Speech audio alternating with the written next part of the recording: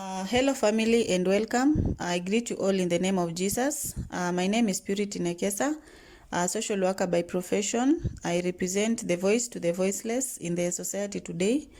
And in the same spirit of caring for our children early enough, I still want to talk about matters child protection. And my emphasis today will be on defilement as an abuse. Defilement is a sexual intercourse with a child under the age of 18, and this is done without their consent, in a forceful manner, and always in a very secluded area. This is an abuse that takes place by known people. It could be relatives, it could be uncles, it could be fathers, it could be colleagues, it could be people that are so well known to the victims. And many a times you find that these subjects the victims to a lot of risks, including death. We have physical injuries that could include fistula. We have mental health issues. We have infections like HIV and AIDS, STIs. And if the victim is a school-going child, they could end up dropping out of school due to stigma. And if the effects can be long-term, then it could be a repeat cycle in future when the same victims start parenting. So normally you find that in some communities, okay, culture may be seen to spearhead the issue of this abuse, because when the perpetrators are not reported, they tend to give room or leeway to other perpetrators or the same abuse to continue occurring, because they tend to know or believe that they'll be taken nowhere. So in the same line, the victims are left without justice, and this ends up affecting them even emotionally and even psychologically, and it gives them the scare whenever they see the perpetrators, especially when they are people that they see every day and are known to them.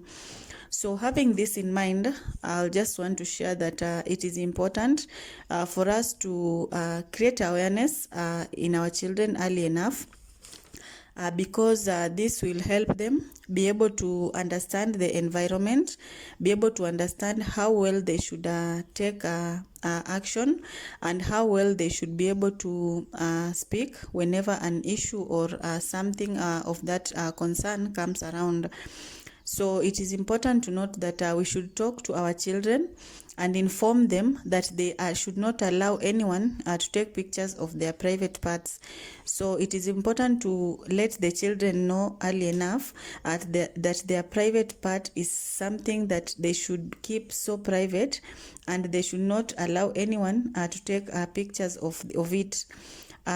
For this, we mean that whenever a child is told by maybe a perpetrator that let me take a picture of your private part, if you have created that awareness, the child will be able to run for safety and be able to inform you as a caregiver or any other close relative or neighbor that they feel safe to talk to, that someone has told them to take pictures, that they want to take pictures of their private parts. So to you, this should come as a sign to know that there is something that is dangerous, there is something that is about to come up, or there is something being planned regarding defilement.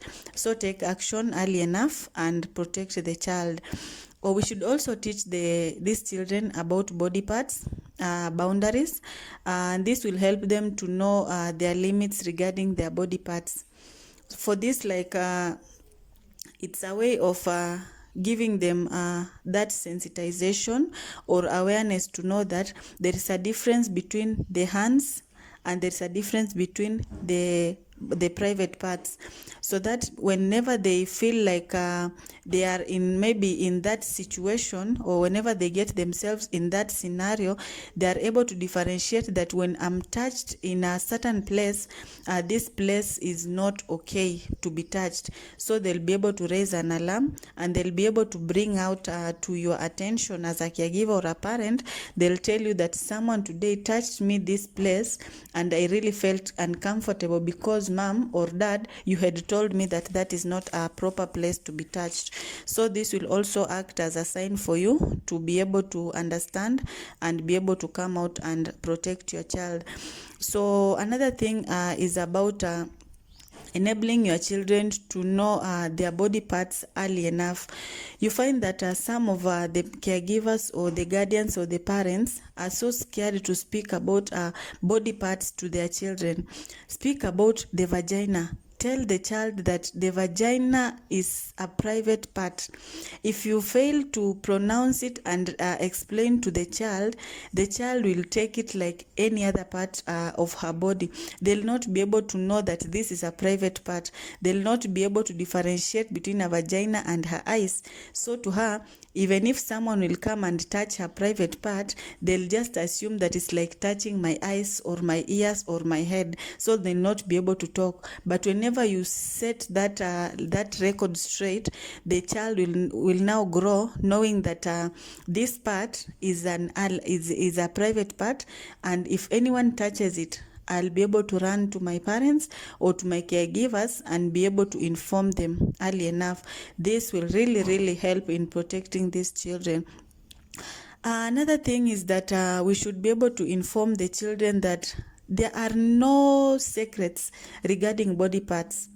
Okay, for example, if a perpetrator comes to them and maybe lures them into having sex with them, it means that maybe they might be given something in exchange like money, or they be bought something like bread or a soda and told them to keep quiet. So whenever that they are told to keep quiet and keep it as a secret, they'll be able to obey. But what if you had informed them early enough, like my daughter, whenever someone talks to you in this manner and tells you to keep it a secret, just know that is something which is wrong. So run to mommy, run to auntie, run to daddy, come home and report. So this will be able to protect your child, because whenever someone will engage them in sexual manner, in inappropriate touching styles, or engaging them in anything related to sexual behaviors, and tells them to keep it as a secret, they'll be able to come out and tell you, mom, someone today told me to do this and this, and they told me to keep it as a secret. So you as a parent, you should be able to make follow-up and be able to know that it is not the right thing, of course, and this will be able to open your eyes and be able to help you in making follow-up and in seeing to it that whatever that was being planned or whatever that was done has been stopped, because putting an end to it at an early stage will actually protect your children. So another thing is that we should also teach children on how to get out of scary or uncomfortable situations. Always engage your children in ways that they'll be able to understand that a very risky or uncomfortable situation looks like this. So whenever you get yourself in such a situation, help them understand how they can get out of it. For example, when they are being held by force, tell them to protect themselves by screaming. When they scream, at least people around can be able to hear. Okay, some of the perpetrators may want to maybe put clothes on the victim's mouth to just protect them from screaming, but just and allow the children to know that they can also try to protect themselves by maybe hitting back the perpetrators. If it is a ground that is maybe so sandy or something, they can just try to find anything near that they can be able to protect themselves with. But we have situations that maybe the perpetrators will overwhelm the victims, and in this case it really becomes very difficult. But before maybe they are engaged into this, they can be able to run. But if they are not able to run, then it means that the perpetrators have won the race. So what can we do? The most important thing is to ensure that we are protecting our children early enough. We are giving them the awareness early enough. We are educating them early enough regarding matters of their body parts, and regarding danger signs that they should be able to communicate early enough whenever they come in contact with such people, and whenever they come close to the perpetrators, who are always people so known to them. So as a matter of child protection, it is just a way of bringing to your attention that we can really save these children. We can really protect them. We can really create a safe environment for them by doing what is necessary, and by doing this you have to start at an early stage. So thank you so much, and may God bless you all.